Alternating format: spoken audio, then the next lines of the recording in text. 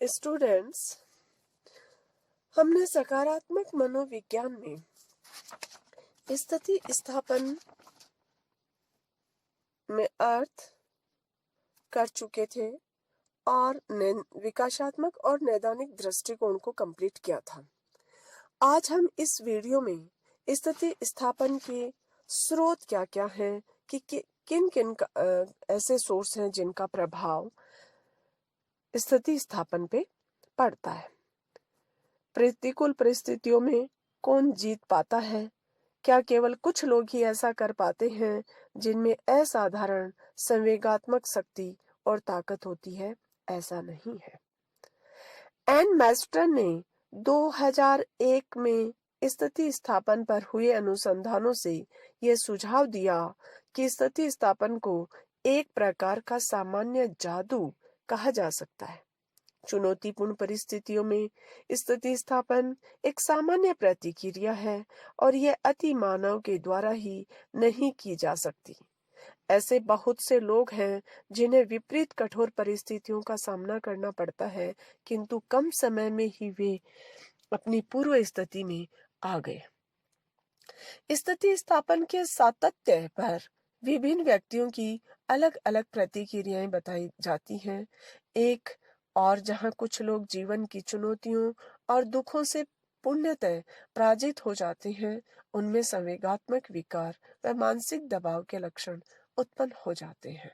उन्हें उनसे उभरने के लिए लंबे समय तक सहायता की आवश्यकता होती है। दूसरी ओर कुछ लोग विपरीत परिस्थितियों में अपनी हिम्मत को अच्छे से बनाकर रख पाते हैं और कष्टों से उभरने के बाद वे जल्द ही स्वस्थ और सामर्थ्यपूर्ण कार्यों की ओर लौट आते हैं। जैसे एक रबर बैंड को खींचा जाए तो वह टूटे नहीं बल्कि पूर्वावस्था में लौट आए। यानी स्थिति स्थापित व्यक्ति अपने आत्मविश्वास को पुनः प्राप्त कर लेते हैं। स्थिति स्थापन करने में सक्षम व्यक्तियों व असक्षम व्यक्तियों के मध्य यदि अंतर देखा जाए तो ऊपरी तौर पर यह स्पष्ट होता है कि कुछ लोग विपरीत परिस्थितियों में शक्तिशाली व कुछ कमजोर होते हैं। स्थिति स्थापन में पाए जाने वाले कुछ कारक व्यक्ति में शामिल होते हैं, व्यक्ति के अंदर होते हैं, जैसे उनकी योग्यता, व्यक्तित्व का प्रकार, सामना करने की निपुणता। व्यक्ति पर उसकी दुखद परिस्थिति के लिए आरोप लगाने से व्यक्ति अधिक मानसिक दबाव में आ जाता है। अपनी दुखद परिस्थिति के लिए खुद की गलती का भाव दुख से उभरने से उसे रोकता है। स्वयं को जिम्मेदार मानने का अर्थ यह हुआ कि केवल उसे ही अपनी समस्याओं का समाधान करना है। सामाजिक सहयोग का भाव कम हो जाता है, जिसकी व्यक्ति को दुखद परिस्थिति से उभरने के लिए आवश्यकता होती है। उन सुरक्षात्मक कारकों का अध्ययन भी आवश्यक है जो व्यक्ति के जीवन की दुखद परिस्थितियों से उभरने में स्थिति स्थापन को बढ़ाने में सहायता करते हैं। स्थिति स्थापन करने वालों में कुछ विशेषताएं पाई जाती हैं जिन्हें सुरक्षात्मक कारक कहा जाता है। ये कारक हैं कठोरता, मजबूती, बढ़ा हुआ आत्म और आशावादी। ये सब कारक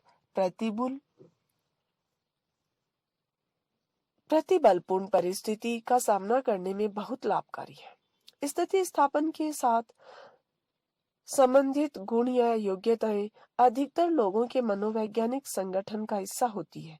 ये दुर्लभ नहीं है। एन मैस्टन एवं रीड ने 2002 में सुरक्षात्मक कारकों को 3 श्रेणियां बताई हैं। पहली है वे जो बच्चों के अंदर होते हैं, दूसरा वे जो परिवार के अंदर होते हैं और तीसरा वे जो समाज के अंदर होते हैं। पहला है बच्चों में स्थिति स्थापन के सोर्स या सुरक्षात्मक कारक। फर्स्ट है अच्छी बौद्धिक एवं समस्या समाधान योग्यताएं।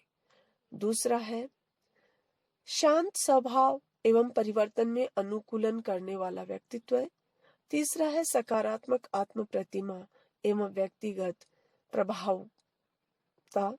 चौथा है आशावादी दृष्टिकोण। 5वां है संवेगों और आवेगों को नियमित करने व नियंत्रित करने को योग्यता। 6ठा है व्यक्तिगत प्रतिमाएं जिन्हें स्वयं बच्चे और उनकी संस्कृति के द्वारा महत्व दिया जाता हो।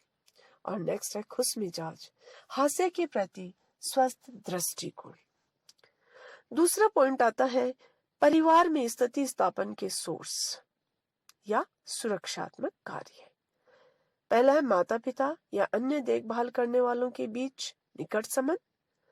दूसरा पॉइंट है स्नेही एवं सहयोगी परवरिश जिसमें प्रत्याशा और नियम स्पष्ट हो। नेक्स्ट है संवेगात्मक रूप से सकारात्मक परिवार जिसमें माता पिता के बीच न्यूनतम मतभेद व अंतर्द्वंद हो।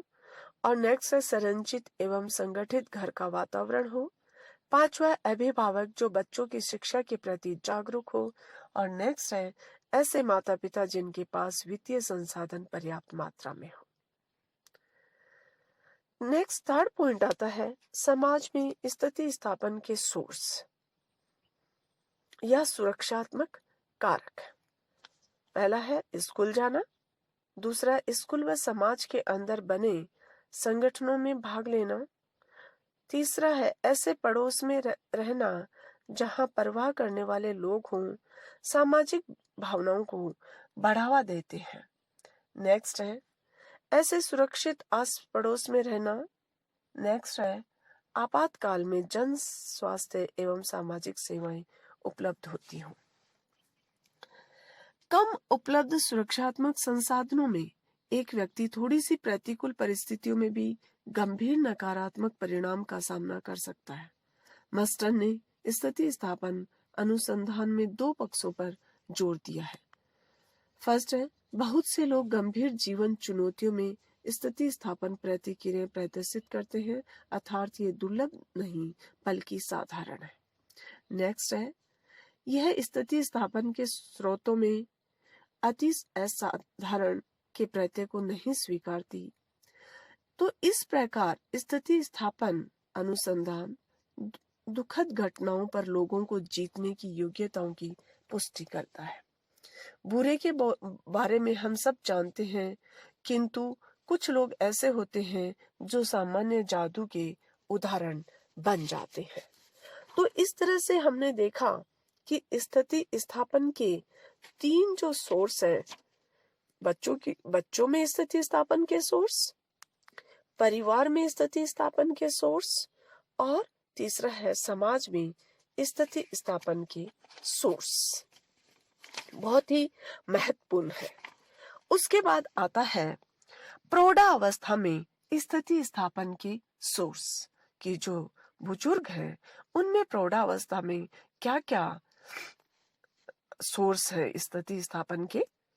बाल्यावस्था में स्थिति स्थापन प्रतिक्रियाओं में जो कारक योगदान देते हैं वही कारक प्रौढ़ावस्था में भी स्थिति स्थापन में अपना योगदान देते हैं।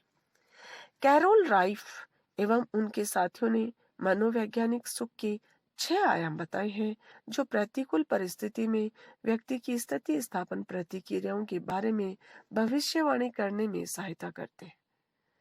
ये 6 आयाम व्यक्ति के व्यक्तित्व के पक्षों, आत्म प्रत्ययों, प्रतिस्पर्धा, सामाजिक संबंधों के बारे में जानकारी देते हैं। जो प्रभावकारी जीवन में महत्वपूर्ण सोर्स है, ये 6 आयाम निम्न है। पहला है आत्म स्वीकृति, दूसरा है व्यक्तिगत वृद्धि, तीसरा है जीवन में उद्देश्य, और चौथा है पर्यावरणीय प्रवीणता, 5वां है स्वायत्तता, और 6ठा है दूसरों के साथ सकारात्मक संबंध। तो सबसे पहले हम ले रहे हैं आत्म स्वीकृति। आत्म स्वीकृति का अर्थ स्वयं को पसंद करना, अर्थात स्वयं के प्रति धनात्मक अभिवृत्ति रखना एवं आत्म के प्रति विभिन्न पक्षों जैसे अपनी कमजोरियों एवं शक्तियों को स्वीकार करना। दूसरा है व्यक्तिगत वृद्धि। व्यक्तिगत वृद्धि का अर्थ व्यक्ति की निरंतर विकास के बारे में भावनाओं का होना एवं नए अनुभवों एवं चुनौतियों के प्रति खुला दृष्टिकोण होना। व्यक्तिगत वृद्धि को व्यक्ति अपने जीवन एवं नई चीजों को सीखने के उत्साह के रूप में प्रदर्शित करता है। तीसरा है जीवन के उद्देश्य। जीवन के में उद्देश्य या लक्ष्य का अर्थ है व्यक्ति के जीवन का कोई उद्देश्य होना चाहिए जो उसके जीवन को एक दिशा दे। कार्य संतोष, धार्मिक विश्वास एवं किसी कार्य या दूसरों की आवश्यकताओं के प्रति लगन जीवन को एक अर्थ एवं उद्देश्य प्रदान करती है। उद्देश्य व्यक्ति को यह अनुभव कराता है कि वह संसार को कुछ सकारात्मक दे रहा है, जिससे उसका जीवन व्यक्तिगत तौर पर अर्थपूर्ण हो गया है। नेक्स्ट है पर्यावरणीय प्रवीणता। पर्यावरणीय प्रवीणता का अर्थ आज के तेज रफ्तार जीवन के जटिल पर्यावरण का प्रबंध कर पाने की योग्यता, स्वयं के जीवन के लिए अनुकूल परिस्थितियों को उत्पन्न कर पाना, कार्य का सफलता से प्रबंधन, आर्थिक, पारिवारिक, स्वास्थ्य एवं सफल जीवन के लिए सभी अवस्थाओं को नियंत्रित कर पाने की योग्यताओं को पर्यावरणीय प्रवीणता कहा जा सकता है। पांचवा है स्वायत्तता। स्वायत्तता का अर्थ पहलकारिता और स्वतंत्र रूप से स्वयं के निर्देशन में कार्य करने व रहने की प्रवृत्ति। ऐसे लोगों के आंतरिक कारक मानक होते हैं जो उनकी क्रियाओं का मार्गदर्शन करते हैं और उन्हें दूसरों से मिलने वाले नकारात्मक दबाव से स्वयं को बचाने का रास्ता भी दिखाते हैं।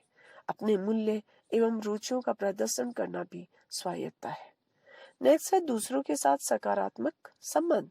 जिन लोगों के सकारात्मक संबंध होते हैं उनके दूसरों के साथ गहरे, संतोषप्रद और विश्वासप्रद संबंध होते हैं और उनमें समानुभूति एवं अंतरंगता होती है। सकारात्मक संबंध हमारे दूसरों से बने संबंधों की मात्रा के बारे में नहीं बल्कि संबंधों की गुणवत्ता के बारे में बताते हैं। अच्छे मित्र होना, संतुष्ट वैवाहिक जीवन, अपने सह कर्मचारियों के साथ सहयोगी संबंध इन आयाम का प्रदर्शन करते हैं।